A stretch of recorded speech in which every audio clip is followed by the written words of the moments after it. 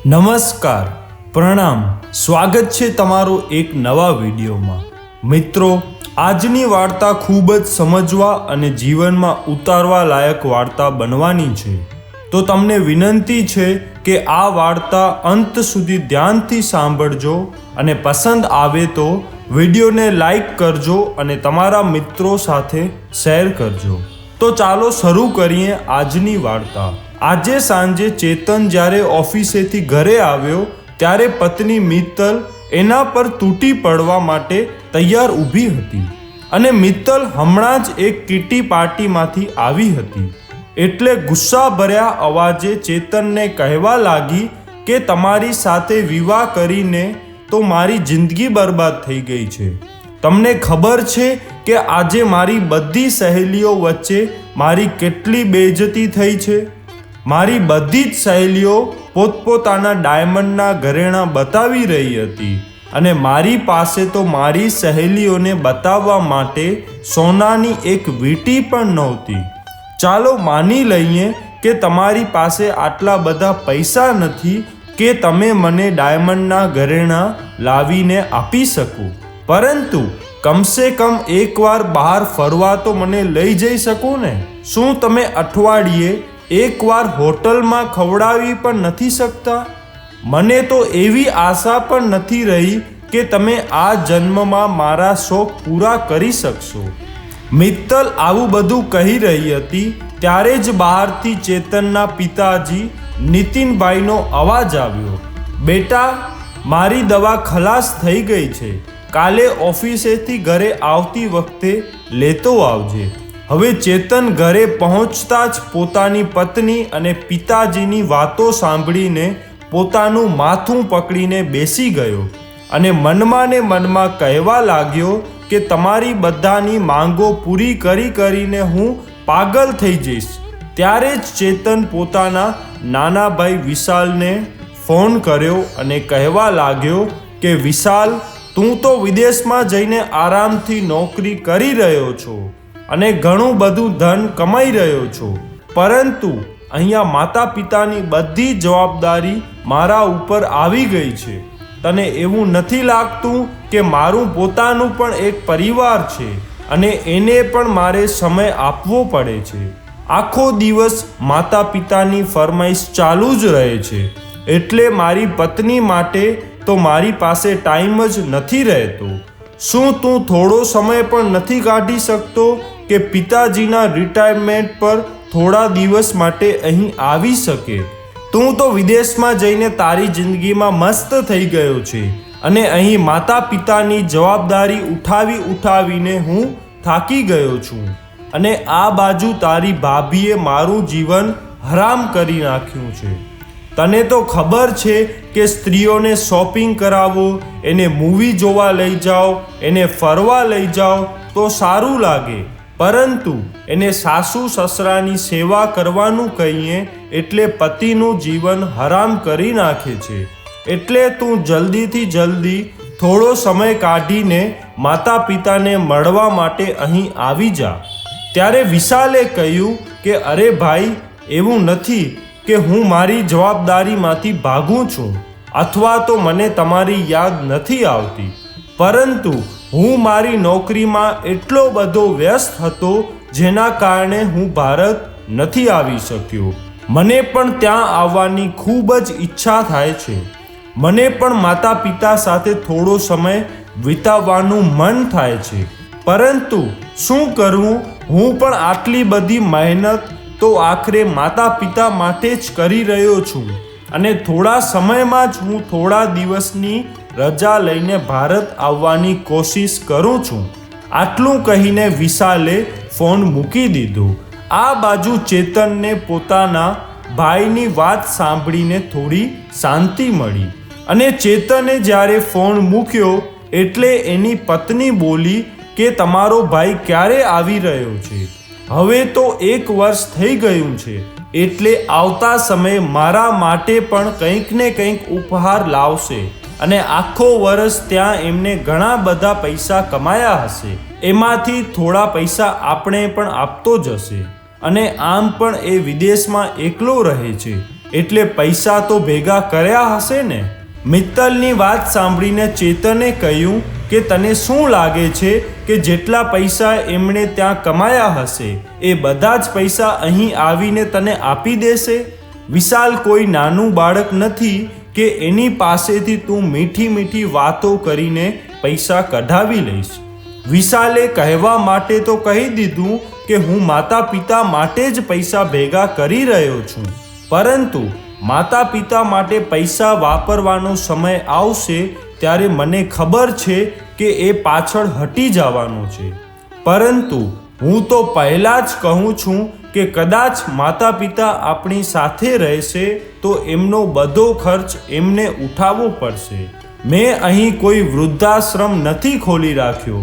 મને પણ મારા પરિવાર અને મારા બાળકોની ચિંતા છે અને તારે બસ એ વાતનું ધ્યાન રાખવાનું છે કે જ્યાં સુધી વિશાલ અહીં રહે ત્યાં સુધી તારે માતા પિતાનું સારી રીતે ધ્યાન રાખવાનું છે, એની સેવા કરવાની છે, એને સમય પર દવા અને જમવાનું આપવાનું છે. એટલે તારી સેવા જોઈને એને એવું લાગવું જોઈએ કે આપણે માતા પિતાની કેટલી બધી સેવા કરીએ છીએ અને માતા પિતા માટે કેટલો બધો ખર્ચો કરીએ છીએ.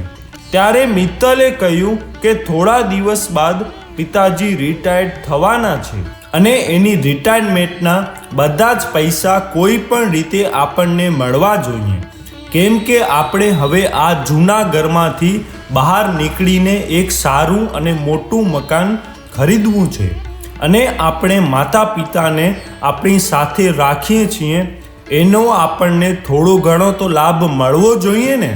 હવે ધીરે ધીરે 2-3 દિવસ વીતી ગયા એટલે ચેતને પોતાના પિતાજીને વાત કરી અને કહ્યું કે પિતાજી, આ મહિનાની 31 તારીખે તમે રિટાયર્ડ થઈ રહ્યા છો અને થોડા દિવસમાં વિશાલ પણ આવવાનો છે.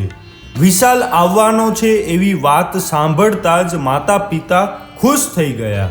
માં કહેવા લાગી કે બેટા, આ તો ખૂબ સારા સમાચાર છે કે તે તારા ભાઈને પણ બોલાવી લીધો.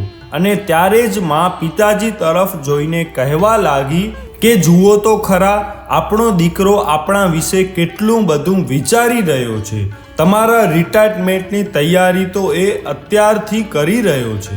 ત્યારે ચેતન બોલ્યો કે માં, એ બધું તો ઠીક છે, પરંતુ તમે એ તો વિચારો કે વિશાલ અમેરિકામાં આવડા મોટા શહેરમાં રહે છે અને ત્યાં ઘણી બધી સુખ સુવિધાઓ હોય છે અને અહીંયા તો આપણું ફક્ત 2 રૂમનું જ ઘર છે અને એમાં પણ આટલો બધો સામાન ભરેલો છે. હવે તમે જ બતાવો કે આવડા એવા ઘરમાં આપણે બધા લોકો સાથે કેવી રીતે રહીશું, અને એ પણ આપણા વિશે આટલું બધું વિચારે છે તો આપણી પણ એના પ્રત્યે જવાબદારી તો બને છે. ચેતનની વાત સાંભળીને માએ કહ્યું કે બેટા, તું શું કહેવા માંગે છે? એટલે ચેતન કહેવા લાગ્યો કે માં, મને એવું લાગે છે કે હવે આપણે શહેરમાં એક મોટું મકાન ખરીદી લેવું જોઈએ કે જે મકાનમાં આપણે બધા મળીને સાથે રહી શકીએ. દીકરાની વાત સાંભળીને માએ કહ્યું કે ઠીક છે બેટા, પરંતુ મકાન ખરીદવામાં તો ઘણા બધા પૈસા લાગશે. ત્યારે ચેતને કહ્યું કે માં, હું એવું વિચારી રહ્યો હતો કે પિતાજીના રિટાયરમેન્ટના જે પૈસા આવવાના છે એ પૈસા તમે મને આપો તો હું એક મોટું મકાન ખરીદી લઉં, અને થોડા ઘણા પૈસા તો મેં પણ ભેગા કર્યા છે. હવે તમે જ વિચારો કે થોડા સમય બાદ વિશાલના વિવાહ થશે તો એના પરિવારને રહેવા માટે પણ ઘરમાં જગ્યાની જરૂર પડશે, અને હું એવું ચાહું છું કે આપણે બધા લોકો એક ઘરમાં સાથે રહીએ. દીકરાની વાત સાંભળીને માં ખુશ થઈ ગઈ અને વિચારવા લાગી કે કેટલો સારો છે મારો દીકરો કે એ ઘર વિશે, પોતાના પરિવાર વિશે આટલું બધું વિચારી રહ્યો છે. ત્યારબાદ માએ પિતાજીને કહ્યું કે હું તો કહું છું. ચેતને કહ્યું એ બિલકુલ સાચું છે, એટલે તમે તમારી ઓફિસમાં વાત કરીને જુઓ. કદાચ થોડા પૈસા પહેલાં મળી જાય તો ચેતન વિશાલના આવતા પહેલાં જ એક મોટું મકાન ખરીદી લેશે અને આ જોઈને વિશાલ કેટલો ખુશ થશે ત્યારે જ નીતિનભાઈ કહેવા લાગ્યા કે રિટાયરમેન્ટના પૈસા મળવા એ ખૂબ જ મુશ્કેલ કામ હોય છે અને આમ પણ ઘર થોડા દિવસોમાં તો નથી બનતું. ઘર બનાવવા માટે તો મહિનાઓ લાગી જાય છે અને વિશાલ તો થોડા દિવસોમાં જ આવવાનો છે અને આટલી જલ્દી આ બધું કરવું મુશ્કેલ છે. ત્યારે ચેતને કહ્યું કે પિતાજી, એ વાતની ચિંતા તમે છોડી દો, કેમ કે આજના સમયમાં ખૂબ જ સરસ તૈયાર મકાન મળી જાય છે, એટલે તમારે એ ચિંતા કરવાની જરૂર નથી. તમે બસ પૈસાની વ્યવસ્થા કરાવો, બાકી બધું હું સંભાળી લઈશ. પોતાની પત્ની અને દીકરાને વારે વારે આવું કહેતા જોઈને નીતિનભાઈએ પોતાની ઓફિસમાં રિટાયરમેન્ટના પૈસા અગાઉથી જ લેવા માટે અરજી કરી દીધી અને નીતિનભાઈનો ઓફિસમાં કામ કરવાનો વ્યવહાર, એની ઈમાનદારી અને એનું કામ કરવાની ધગશ જોઈને એના પૈસાની વ્યવસ્થા થઈ ગઈ અને પૈસા હાથમાં આવતા જ ચેતને મોડું કરવાનું ઉચિત ન સમજ્યું. ઘર તો એમણે પહેલેથી જ શોધેલું હતું, પરંતુ પોતાના માતા પિતા સામે તો ફક્ત નાટક કરી રહ્યો હતો. થોડા દિવસોમાં તો ચેતને જે મકાન શોધી રાખ્યું હતું એ મકાન જોવા એના માતા પિતાને લઈ ગયો. આવડું મોટું મકાન જોઈને માતા પિતા ખૂબ ખુશ થયા અને તેઓ વિચારવા લાગ્યા કે આપણે બંને તો જીવનભર કષ્ટ ઉઠાવીને ખૂબ મુશ્કેલીથી આપણું ગુજરાન ચલાવ્યું હતું, પરંતુ હવે આપણી વૃદ્ધા અવસ્થા આરામથી વીતી જશે. ઘરના હોલમાં ઊભેલી માએ પોતાના દીકરા ચેતનને કહ્યું કે બેટા, ઘર તો ખૂબ શાનદાર છે. આવું કહીને મા ઘરના બીજા રૂમ જોવા માટે જતી રહી. ત્યારે જ મિત્તલે તેના પતિ ચેતનને કહ્યું કે સાંભળો છો, શું આ ઘર તમે તમારા માતા પિતાના નામે લેશો? એટલે ચેતને કહ્યું કે તારું મગજ તો ઠેકાણે છે ને, આ ઘર હું મારા માતા પિતાના નામ પર શા માટે લઉં? આ ઘર તો હું તારા નામે લઈશ. આ વાત સાંભળીને મિત્તલ ખુશ થઈ ગઈ. ઘરે પહોંચીને ચેતને પિતાજીને કહ્યું કે પિતાજી, આ જૂનું ઘર તો હવે વેચી દઈશું, પરંતુ નવું ઘર હું તમારા નામ પર લઈશ.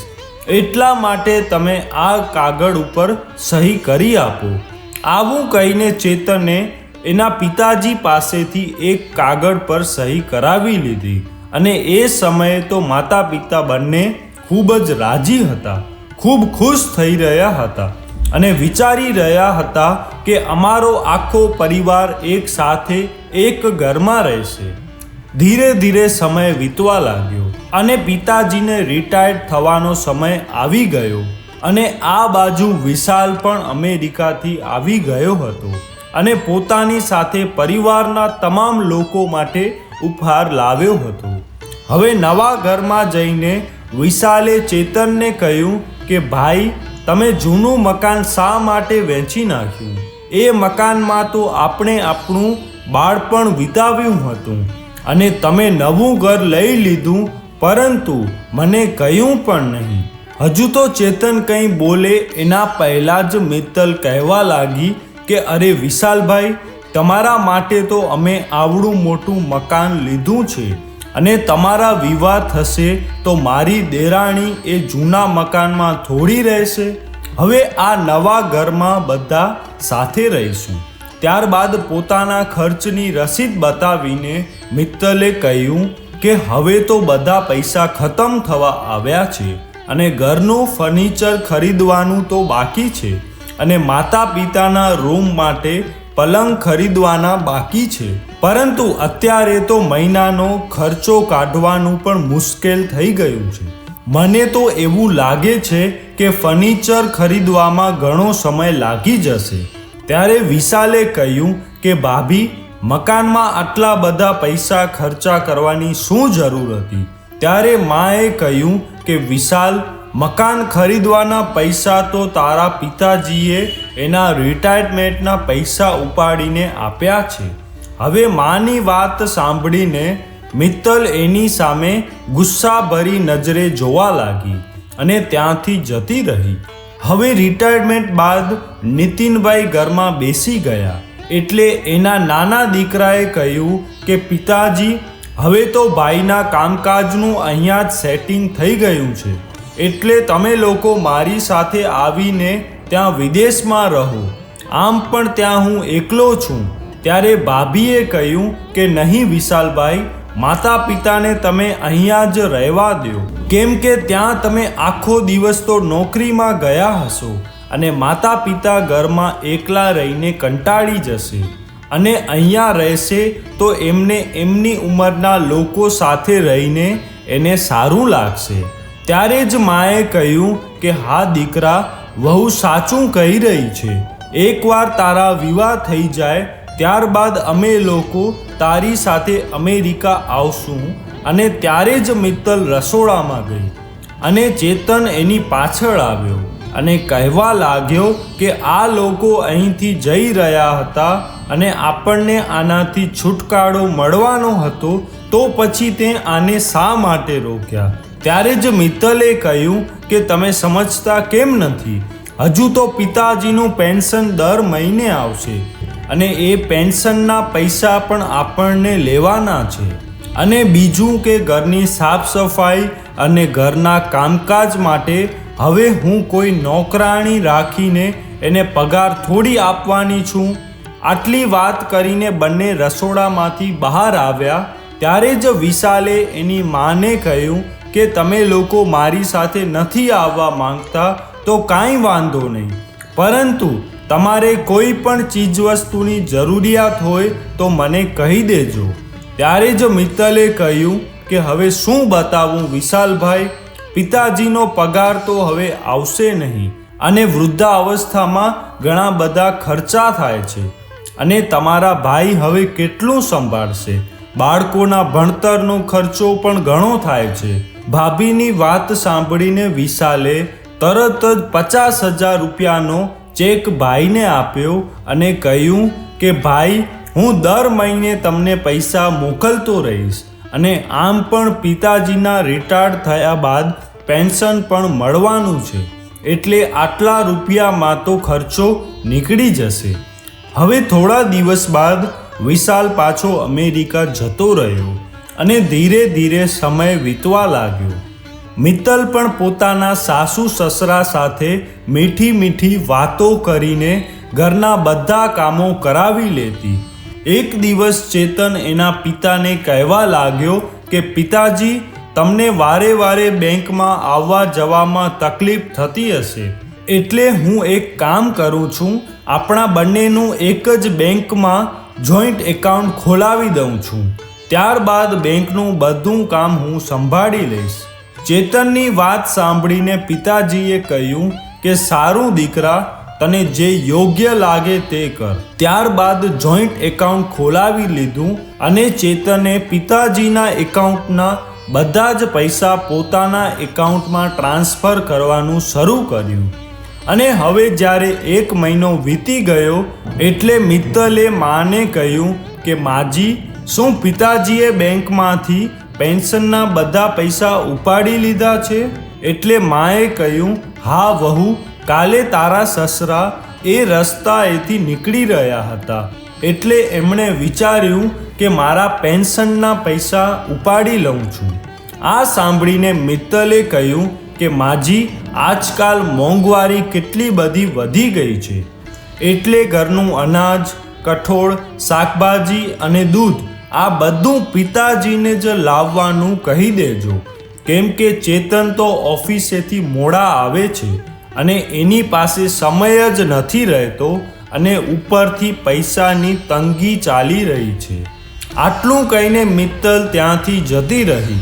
હવે માએ આ બધી વાતો પિતાજીને જણાવી એટલે પિતાજીએ વહુને કહ્યું કે વહુ, મને એક વાત નથી સમજાતી કે જ્યારે વિશાલ દર મહિને પૈસા મોકલી રહ્યો છે તો પછી આટલી બધી તંગી શા માટે આવી રહી છે?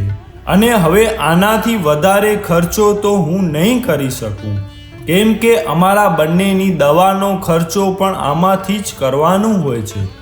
પિતાજીની વાત સાંભળીને વહુ ગુસ્સે થઈ ગઈ અને કહેવા લાગી કે પિતાજી, તમે શું કહેવા માંગો છો કે જે પૈસા અમને વિશાલભાઈ આપે છે એનો તમને અમે હિસાબ આપતા રહીએ છીએ. આટલા વર્ષો સુધી અમે તમારા માટે જે કંઈ પણ કર્યો છે એનો તો અમે ક્યારેય હિસાબ નથી માંગ્યો. હવે માતા પિતા આવી વાતો સાંભળીને હેરાન રહી ગયા.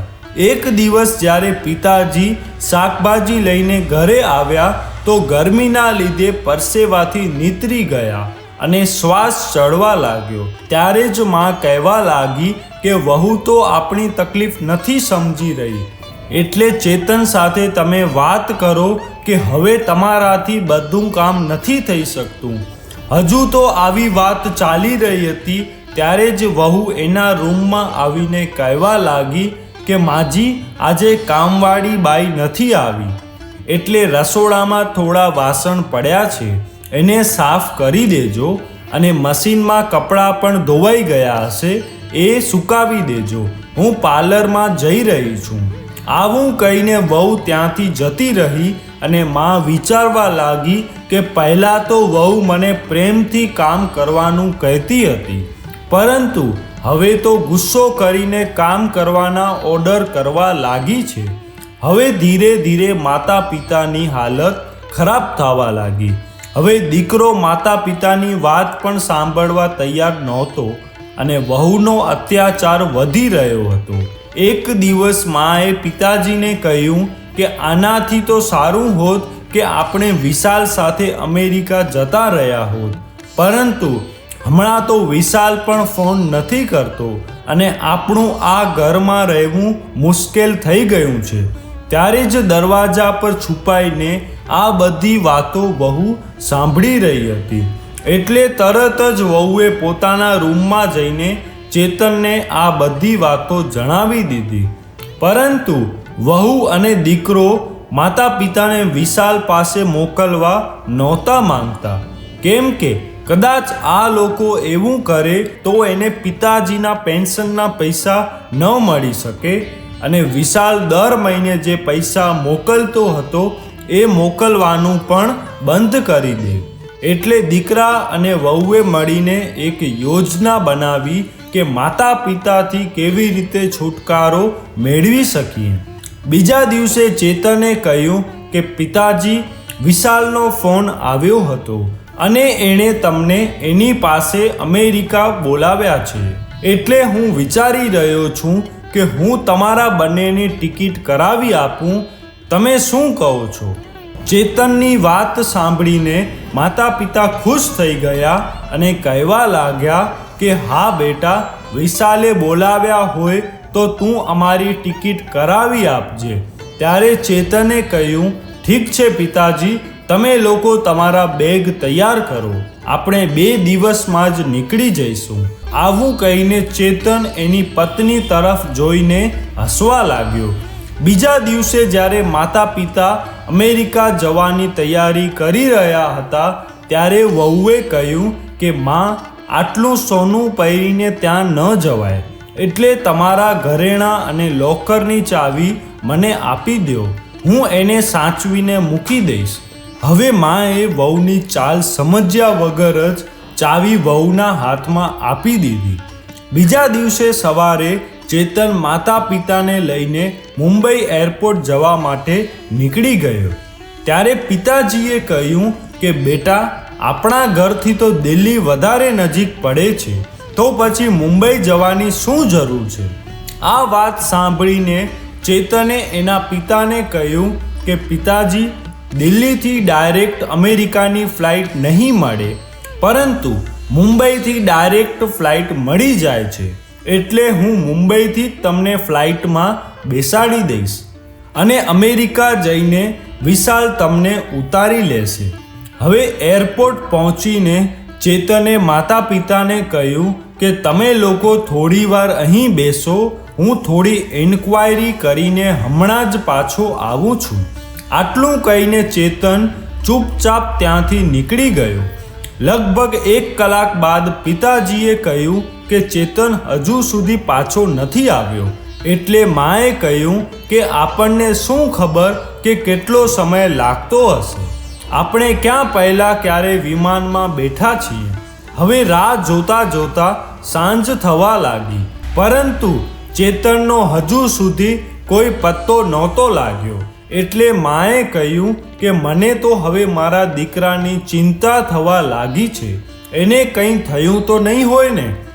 આટલું સાંભળતા જ પિતાજીએ કહ્યું કે આપણો દીકરો કોઈ નાનો બાળક થોડો છે કે ક્યાંક ગુમ થઈ જશે. મને તો કંઈક બીજું જ લાગી રહ્યું છે. હવે માતા પિતા એકબીજાના હાથ પકડીને બહાર નીકળ્યા અને બહાર ઊભેલા લોકોને પૂછવા લાગ્યા, પરંતુ આવડા મોટા શહેરમાં ક્યાં કોઈને એકબીજાની પડી હોય છે. હવે મા પોતાની સાથે ખાવાનું લાવી હતી એ ખોલીને બંને ખાવા લાગ્યા અને ત્યાં જ પેપર પાથરીને સૂઈ ગયા. બીજા દિવસે સવારે ઉઠ્યા એટલે પિતાજીએ કહ્યું કે હવે આપણો દીકરો નહીં આવે. એણે આપણી સાથે દગો કર્યો છે. આપણા શહેરથી આટલા દૂર મહાનગરમાં આપણને છોડીને જતો રહ્યો છે. ત્યારે માં કહેવા લાગી કે મેં તમને કેટલી વાર કહ્યું હતું કે તમે તમારી પાસે એક મોબાઈલ રાખો, પરંતુ તમે મારી વાત ક્યારે માની જ નથી. ચાલો હવે ડાયરી કાઢો અને એમાંથી વિશાલનો નંબર કાઢીને ફોન કરીએ છીએ. આ સાંભળીને જ્યારે નીતિનભાઈએ પોતાના ખિસ્સામાં હાથ નાખ્યો તો ખિસ્સામાં ડાયરી પણ નહોતી. એટલે બંને હેરાન રહી ગયા, કેમ કે ઘરથી આટલા દૂર હવે એની પાસે એટલા પૈસા પણ નહોતા કે તેઓ ઘરે પાછા જઈ શકે. આ બાજુ દીકરો અને વહુ પોતાના ઘરમાં ખૂબ જ આનંદથી રહેવા લાગ્યા. જ્યારે વિશાલનો ફોન આવ્યો અને માતા પિતા વિશે પૂછવા લાગ્યો એટલે ભાભીએ કહ્યું કે માતા પિતા હરિદ્વાર ગયા છે અને એને આવવામાં 6 મહિના લાગી જશે. હવે થોડા દિવસ બાદ વિશાલ પોતાની કંપનીના કામ માટે ફ્લાઇટ પકડીને મુંબઈ આવ્યો હતો અને જ્યારે તે એરપોર્ટની બહાર નીકળ્યો ત્યારે એને એક અવાજ સંભળાયો કે બાબુજી, ભીખ નથી માંગી રહ્યો, 10 રૂપિયાની 2 પેન છે, જે તમે ખરીદી લેશો તો મારા જેવા વૃદ્ધને કંઈક મળી જશે. આવું સાંભળતા જ વિશાલે આ અવાજ તરફ જોયું તો એને એની પોતાની આંખો પર વિશ્વાસ નહોતો થઈ રહ્યો, કેમ કે પોતાના વૃદ્ધ પિતાને આજ સુધી વિશાલે ફક્ત સન્માનથી માથું ઊંચું કરીને જીવતા જોયા હતા. પરંતુ આજે એની નજર ઝૂકી ગઈ હતી. બાજુમાં જોયું તો એની માં ચિપ્સના પેકેટ વેચી રહી હતી. જ્યારે વિશાલ એની પાસે ગયો એટલે નીતિનભાઈ કહેવા લાગ્યા કે આવો આવો, 10 રૂપિયાના 2 પેન છે. આટલું કહીને એમણે ઉપર જોયું તો એની આંખોમાંથી આંસુની ધાર થવા લાગી. એનો અવાજ જાણે કે ગળામાં જ રોકાઈ ગયો હોય એવી રીતે દીકરાને જોઈને તેને ભેટી પડ્યા અને જોર જોરથી રડવા લાગ્યા. થોડી વાર બાદ વિશાલે માતા પિતાને શાંત કર્યા અને પૂછવા લાગ્યો કે પિતાજી, તમારી આવી હાલત કેવી રીતે થઈ ગઈ અને તમે લોકો અહીં શું કરી રહ્યા છો? દીકરાને જોઈને માં ખુદને સંભાળી ન શકી અને વળી પાછી જોર જોરથી રડવા લાગી. ત્યારબાદ પિતાજીએ વિશાલને આખી ઘટના જણાવી. પોતાના ભાઈ અને ભાભીની આવી કરતૂત સાંભળીને વિશાલને પોતાના કાન ઉપર વિશ્વાસ ન આવ્યો. ત્યારબાદ વિશાલે પોતાના માતા પિતાને એક હોટલમાં જઈને ભરપેટ ભોજન કરાવ્યું અને ત્યારબાદ માતા પિતાને પોતાની સાથે લઈને ઘરે આવવા નીકળી ગયો. હવે ઘરના દરવાજા પર વિશાલને આવેલો જોયો એટલે ભાઈ અને ભાભીના હોશ ઉડી ગયા અને ભાભી કહેવા લાગી કે અરે વિશાલભાઈ, તમે અચાનક અહીં કેવી રીતે આવ્યા? પરંતુ બા બાપુજી તો હજુ સુધી નથી આવ્યા. એટલે વિશાલ કહેવા લાગ્યો કે એ નથી આવ્યા તો શું થયું? ઘર તો આપણા માતા પિતાનું જ છે ને. શું હું તમને જણાવ્યા વગર મારા ઘરમાં ન આવી શકું? એટલે ભાભીએ કહ્યું, હા, શા માટે ના આવી શકો? ત્યારબાદ ભાભી કહેવા લાગી કે વિશાલભાઈ, પહેલાં એ જણાવો કે આ વખતે તમે તમારી ભાભી માટે શું ઉપહાર લઈને આવ્યા છો? ત્યારે વિશાલે કહ્યું કે ઉપહાર તો એવો લઈને આવ્યો છું કે તમે એકવાર જોશો તો જોતા જ રહી જશો. આટલું કહીને વિશાલ ભાભીને લઈને દરવાજા પાસે ગયો. ત્યારે દરવાજામાં માતા પિતાને જોઈને ભાભીના હોશ ઉડી ગયા અને માતા પિતાની પાછળ પોલીસ ઓફિસરો પણ ઊભા હતા. અને જ્યારે ચેતન દરવાજા તરફ આવવા લાગ્યો ત્યારે વિશાલે એને એક જોરદાર થપ્પડ મારી દીધી અને કહેવા લાગ્યો કે પિતાજીના પૈસાથી તમે લોકોએ આવડું મોટું ઘર લીધું છે અને તમે લોકોએ પિતાજીને જ ઘરમાંથી બહાર કાઢી મૂક્યા. હું તો દર મહિને તમને પૈસા મોકલતો હતો તો પણ માતા પિતા તમને બોજ લાગવા લાગ્યા. બસ બહુ થઈ ગયું. આવી હરકત માટે તો તમને સજા મળવી જોઈએ. ત્યારે જ માં આગળ આવી અને પોતાના દીકરા અને વહુને એક એક થપ્પડ મારી દીધી અને કહેવા લાગી કે શું કમી રાખી હતી અમે તારી પરવરિશમાં કે તું આટલો બધો મતલબી થઈ ગયો? તને તારા માતા પિતા પર જરાય પણ દયા ન આવી કે આટલી બધી ઠંડીમાં અજાણ્યા શહેરમાં રોડ ઉપર રખડતા મૂકીને આવતો રહ્યો.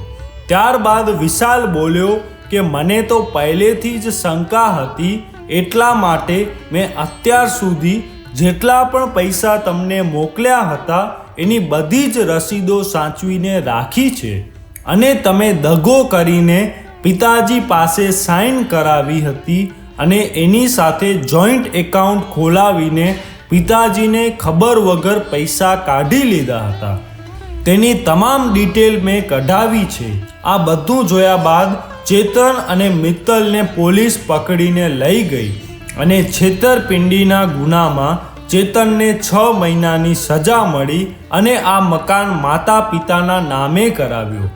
ત્યારબાદ માતા પિતાએ આ મકાન વેચી નાખ્યું અને બધા જ પૈસા લઈને વિશાલ સાથે અમેરિકા જતા રહ્યા અને ત્યાં જઈને વિશાલના એક ભારતીય સંસ્કારી કન્યા સાથે વિવાહ કરાવ્યા અને શાંતિથી રહેવા લાગ્યા.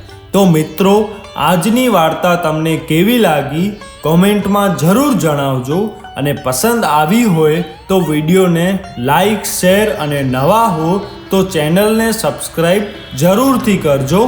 જય શ્રી કૃષ્ણ.